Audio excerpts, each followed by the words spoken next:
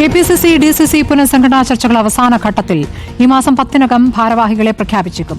കൂടുതൽ ചർച്ചകൾക്ക് KPCC അധ്യക്ഷൻ സണ്ണി ജോസഫും സംഘവും ചൊവ്വാഴ്ച ദില്ലിയിലെത്തും. KPCC DCC പുനഃസംഘടന അതിവേഗത്തിൽ പൂർത്തിയാക്കാനാണ് നേതൃത്വം ലക്ഷ്യമിടുന്നത്.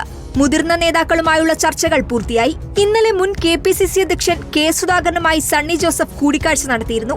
ചൊവ്വാഴ്ച ദില്ലിയിലെത്തുന്ന സണ്ണി ജോസഫും സംഘവും MP-മാരുമായും കൂടിക്കാഴ്ച നടത്തും. എല്ലാവരുടെയും അഭിപ്രായം പരിഗണിച്ചാണ് ഭാരവാഹി പട്ടിക തയ്യാറാക്കുക. ബുധനാഴ്ച വൈകിട്ടോടെ പട്ടിക ഹൈക്കമാൻഡിന് കൈമാറാനാണ് തീരുമാനം. ഈ മാസം 10-നകം ഔദ്യോഗിക പ്രഖ്യാപനമുണ്ടായേക്കും. 9 DCC-കളുടെ അധ്യക്ഷന്മാരെ മാറ്റും. തൃശൂർ ഉൾപ്പെടെ 5 DCC അധ്യക്ഷന്മാർ തുടരും. മികവ് പുലർത്തിയ KPCC ഭാരവാഹികളെ മാറ്റേണ്ടതില്ലെന്നാണ് അഭിപ്രായം. KPCC-യിൽ സമ്പൂർണ്ണ പുനഃസംഘടന ഉണ്ടാകില്ലെന്ന് ഏതാണ്ട് ഉറപ്പായി കഴിഞ്ഞു. സമ്പൂർണ്ണ സംഘടന വേണമെന്ന അഭിപ്രായമായിരുന്നു ഹൈക്കമാൻഡിന്.